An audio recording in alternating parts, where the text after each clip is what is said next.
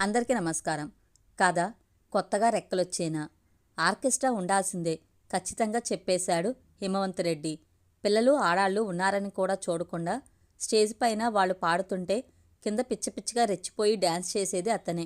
అప్పటికి పావుగంటే అయింది అతను మీటింగ్కి వచ్చి. గవర్నమెంట్లో గెజిటెడ్ ఆఫీసర్. ఇంతకుముందు జరిగిన మీటింగ్కి అతను లేడు. ఈ మీటింగ్కి ఎలాగైనా రమ్మని కబురు చేశారు అతని వర్గం వాళ్ళంతా. అతను గంగా బ్లాక్ రిప్రజెంటేషనే. గంగా సెక్రటరీ అతను. ఇన్నేళ్ల నుంచి చూస్తున్నారు కదా ఆర్కెస్ట్రాని, బోరు కొట్టలేదా? ఏళ్ల తరబడి మీరు చూసేశారు గదండి బుర్రకథలు. మాటికి మాటే బదులన్నట్లుగా ఉంది అతని ధోరణి. హిమవంతు రాగానే మిగతా వాళ్ళందరికీ కొత్త బలం వచ్చినట్లయింది. ఆవేశకావేశాలు చోటు చేసుకున్నాయక్కడ. ఇరు వర్గాలు పట్టుదలతోనే ఉన్నాయి. బుర్రకథ కావాలని కొందరు, ఆర్కెస్ట్రా తీయొద్దని కొందరు. ఎవరి వాదం వాళ్లదే. గొడవ ఇలా పెంచుకుంటూ పోతే ఎంతకీ తెగదు. పోని ఏదో పెద్దవాడు చెప్పాడు, ఇన్నేళ్లుగా ఆర్కెస్ట్రాని మీరు చూస్తూనే ఉన్నారుగా, ఈ ఒక్క ఏడాది బుర్రకథ పెట్టిద్దాం. మార్పు మొదలవ్వాలంటే ఎక్కడో ఒక చోట ఎవరో ఒకరు మొదలు పెట్టాలి కదా. శాంతింప చేసేందుకు ప్రయత్నించాడు ధర్మయ్య. ఎవడు చూస్తాడండి బుర్రకథని? తాతల కాలం నాటిదది. అదో పెద్ద సుత్తిదాన్ని పెడతానంటాడేంటండి ఆయన? 10 మంది ఏది ఇష్టపడితే అదే పెట్టాలి. సినిమాలకే దిక్కులేక థియేటర్లన్నీ పడగొట్టేసి షాపింగ్ కాంప్లెక్స్లు, అపార్ట్మెంట్లు కట్టేస్తున్నారు. థియేటర్లకి వెళ్ళి సినిమాలు చూడనోళ్ళు 3 గంటలు కూర్చుని బుర్రకథ వింటారటండి. యూత్కి దాని గురించి తెలియనే తెలియదు. యూత్ చూస్తేనే ఏదైనా సక్సెస్ అయ్యేది. పోనీ ముసలాళ్ల కోసం అంటారా? కాలనీలో ఎంతమంది ఉన్నారండి ముసలివాళ్లు? అందులో వచ్చేదెంతమంది? వచ్చినా చూసేదెంతమంది? ఆవేశంతో ఊగిపోయాడు హిమవంతరెడ్డి. ఊరుకోబెట్టడం కష్టమే అయ్యింది అతన్ని. అతను మాట్లాడుతున్నంతసేపు వింటూనే ఉన్నాడు సుబ్బారావు.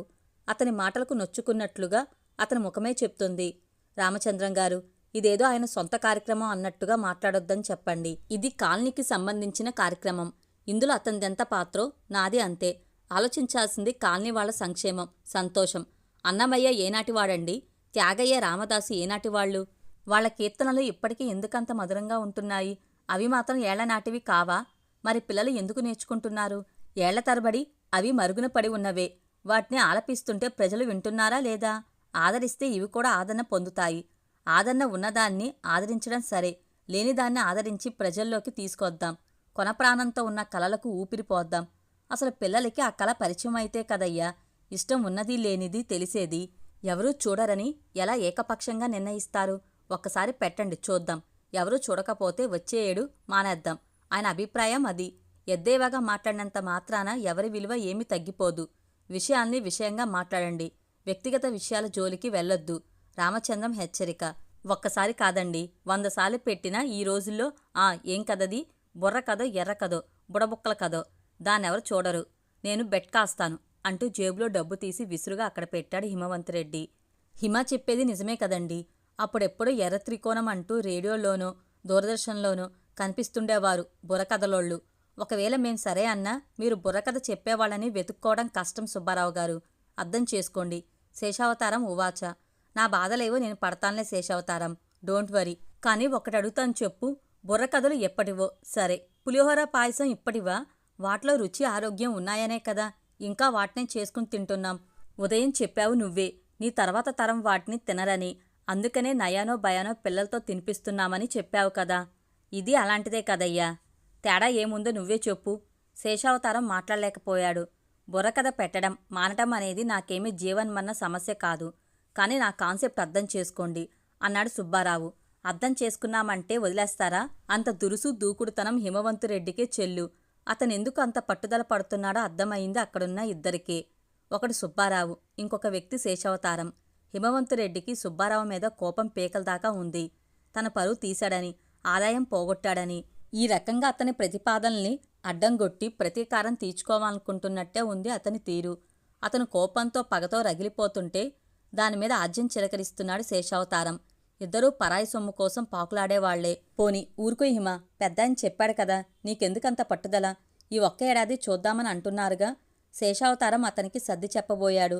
ఆ మాటల వెనక నాటకాలు అక్కడందరికీ తెలుసు. నీకు తెలవదన్నా. ఒక్కడంటే ఒక్కడు రాడు. నేను చెప్తున్నాగా, గ్యారెంటీ. ఏంటయ్యా గ్యారెంటీ? ఏంటి నీ గ్యారెంటీ? నువ్వొక్కడవే పెడుతున్నావా వినాయక చవితి ఖర్చంతా?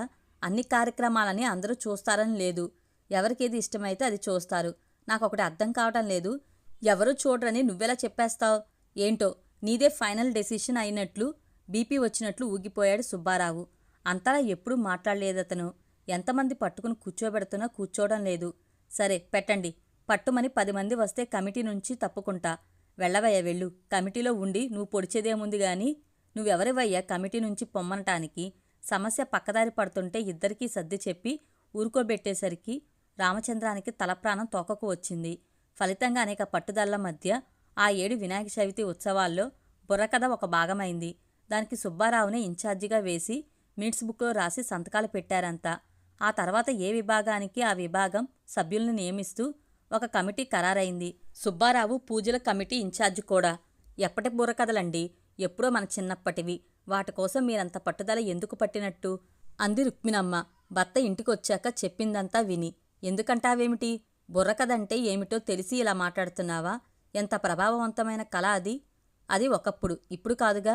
అయినా దాని విలువ ఎక్కడికి పోతుంది? ఇంత పెద్ద పట్టణంలో ఉంటూ కూడా మీ పుట్టింట్లోంచి ఆ పాత పందిరి మంచం ఎందుకు తెచ్చుకున్నావు? పాతవి గట్టివి మంచివనే కదా. ఇవాళ పొద్దున మీటింగ్కి వెళ్తే పిల్ల పుట్టినరోజని పాయసం పులిహోర చేసి మీటింగ్లో అందరికీ పెట్టాడు శేషు. పిజ్జాలు బర్గర్లు ఎందుకు చేయించలేదు?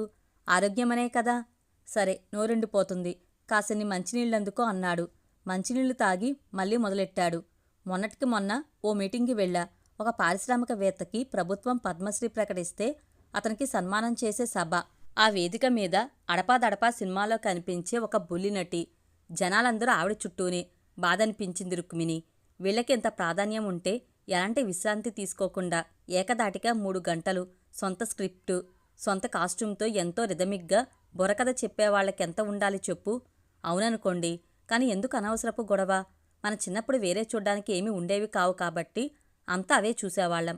మనకిష్టమైనవని చెప్పి ఈ తరం పిల్లల్ని వీటినే ఇష్టపడమని చెప్తే వాళ్ళెందుకు చూస్తారు? అలా అనుకు రుక్మిణి. ఇష్టపడ్డానికి చూడ్డానికి వాళ్ళకసలు దాని రుచి తెలిస్తే కదా. కూచిపూడి డ్యాన్సులు కొత్తవా? అవి పాతవి కాదా? వాటిని ఎందుకు నేర్చుకుంటున్నారు, ప్రదర్శిస్తున్నారు? వాటి రుచి తెలిసింది కాబట్టి.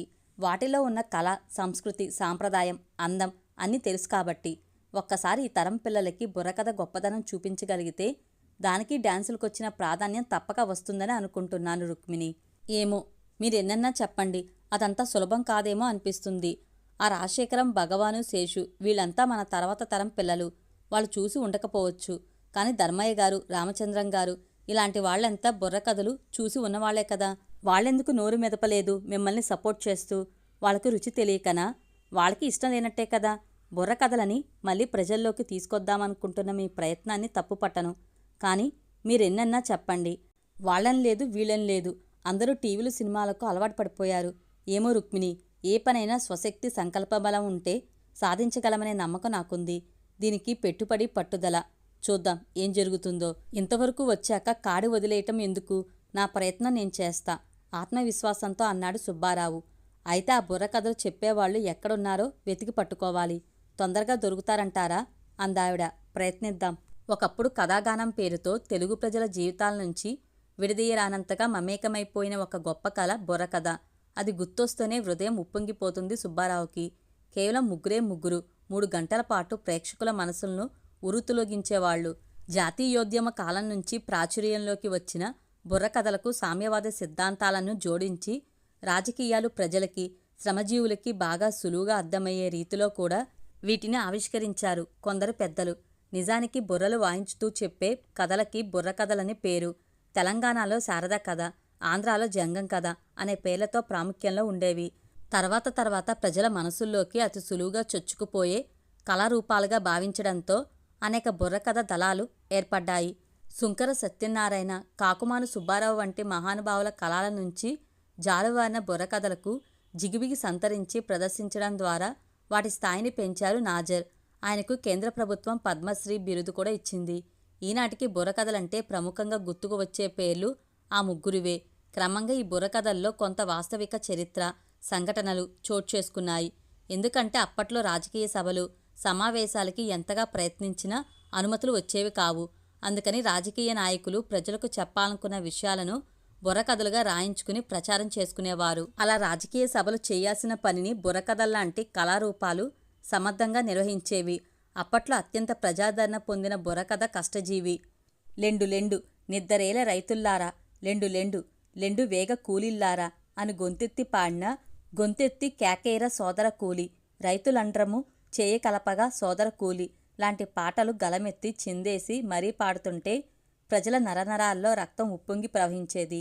జంగం కథల్లోని రగడలను, యక్షగానంలోని ఎత్తుగడలను మిళితం చేసి కళాకారులు ఒక ప్రయోగంగా రూపొందించడంతో బుర్రకథ జనహృదయాల్లో స్థానం సంపాదించుకుంది. ఈ బుర్రకథల్లో ప్రాణప్రదమైన అంశం వంతలు. ప్రధాన కథకుడికి ఎడంపక్క ఉండే వంత హాస్యం చెప్పేవాడు. అతన్ని కోనంగి అని కూడా పిలుస్తుంటారు. కుడిపక్క ఉండే వంత రాజకీయ విశ్లేషకుడు. ప్రధాన కథకుడు కథ చెప్తే హాస్యాన్ని జోడించి కోనంగి రాజకీయ పరిస్థితులను విశ్లేషిస్తూ రెండో వంత ప్రదర్శనకు హంగు సమకూరుస్తారు. వీళ్ళు తందానానో, బలిబలి అనో, రామరామ జయ రామ రాఘవ, రామ జయరామ అనో, సందర్భాన్ని బట్టి సై అనో వంత పాడుతూ ప్రధాన కథకుడి కథాగానానికి తమ గుమ్మిటలతో సహకరిస్తూ ఉంటారు. ప్రధాన కథకుడికి కుడిభుజంపై తుంబుర, ఎడమ చేతిలో అందెలు, కాళ్ళకి గజ్జెలు ఉంటాయి. ఒక బుర్రకథ ప్రదర్శన రక్తి కట్టాలంటే ప్రధాన కథకుడు ఎంత అవసరమో వంతలో అంతే అవసరం. ముగ్గురు కలిస్తేనే బుర్రకథ. అయితే వీరికో ప్రత్యేక వేషధారణ కూడా ఉంది. ప్రధాన కథకుడి మెడలో దండలు, పులిగోరు, తలకేమో తురాయి తగిలించిన తలపాగతో ముదురు నారింజ రంగు దుస్తులు ధరిస్తాడు. నడుంకు కట్టే గుడ్డ ఎర్రగా ఉంటుంది. తలపాగా మాత్రం వీటన్నింటికీ భిన్నమైన రత్నావళి రంగు లేదా గులాబీ రంగులో ఉంటుంది. ఎడమ చేతిలోని అందెలకి నారింజ లేదా ఎరుపు రంగు రుమాళ్ళు వేలాడుతూ చూడ్డానికి చాలా అందంగా ఉంటాయి. వంతల వస్త్రాలు కూడా ఇంచుమించుగా ఇలాగే ఉంటాయి. చరిత్రలో బుర్ర కథకులంటే గుర్తొచ్చే ఇంత అందమైన వస్త్రాలకి రూపకల్పన చేసిన ఘనత మాత్రం నాజర్ గారికే చెందుతుంది. బుర్రకథలు ఆయా కథల ఘట్టాలని బట్టి కొన్ని తెల్లారేదాకా సాగేవి. ఆయన కూర్చున్న చోటు నుంచి కదిలేవారు కాదు జనం. ప్రజాదరణ అంతగా ఉండేది. సుబ్బారావు చిన్నతనంలో వాళ్ళ ఊళ్ళో ఇలాంటి కార్యక్రమాలు ఏర్పాటు చేసేవారు. సినిమాలు, టీవీలు లేకపోవడంతో పండగలు, పబ్బాలకు గుళ్ళ దగ్గర ఇలాంటివి ఏర్పాటు చేసేవారు. పేరున్న బుర్రకథకుడు వస్తున్నాడంటే బళ్ళు కట్టించుకుని వెళ్ళి మరీ చూసి వచ్చేవాళ్ళు. హరికథలు, బుర్రకథలు, నాటకాలు, తోలుబొమ్మలాటలు అంటే చాలా ఇష్టం సుబ్బారావుకి. కేవలం ముగ్గురు కళాకారులతో ఉరుతులుగించే బుర్రకథలంటే మరీ మరీ ఇష్టం. పలానా రోజు బుర్రకథ ఉందనగానే సుబ్బారావు స్నేహితులంతా రేగుపళ్ళు, వడియాలు, వేరుశెనక్కాయలు కాడలు తీసేసి ఉప్పు కారంలో దొల్లించిన చింతపండు ముద్దలతో సిద్ధమయ్యేవారు. రాత్రి 9ంటికి బుర్రకథ మొదలవుతుందంటే 7:30కి గుడి దగ్గరకొచ్చేసేవారు. కాసేపు ఆట ఈ ఆట ఆడుతుండేవారు. ఇక కథ మొదలు పెడుతున్నారన్నగా స్టేజికి దగ్గరగా గోనిపట్టాలు పరుచుకుని కూర్చుని వెంట తెచ్చుకున్నవి తింటూ కథ పూర్తయ్యే వరకు కదిలేవారు కాదు. ఆ రోజుల్లో అంత గౌరవం, గుర్తింపు ఉండేది బుర్రకథలన్నా, అవి చెప్పేవాళ్లన్నా. బాల్యం అంటే ముందవే గుర్తొస్తాయి సుబ్బారావుకి. క్రమేణా వయసు పెరుగుతున్న కొద్దీ బుర్రకథంటే అవగాహన పెరిగి అద్భుత వీరరసాలతో కూడిన కాటమరాజు కథ, బొబ్బిలి కథ, దేశింగురాజు కథ, బాలనాగమ్మ, సర్వాయి పాపడు, చిన్నప్పరెడ్డి కథలు గాథలుగా బుర్రకథ ద్వారా వింటుంటే రక్తం సలసలా మరిగిపోయి పౌరుషం ఉరకలెత్తి పారేది. సినిమాల హవా మొదలవటంతో బుర్రకథలు, హరికథలు చూసేవాళ్ల సంఖ్య క్రమేణా తగ్గిపోయి సినిమాదే ఏకఛత్రాధిపత్యమైపోయింది. సినిమాలో శృంగార సన్నివేశాలు, హింసాత్మక ధోరణులకి అంతే లేకుండా పోయింది. పిల్లల్ని పెడదారి పట్టించే ప్రమాదకరమైన ఈ తీరు సమాజాన్ని అధోగతి పాలు చేస్తుంది.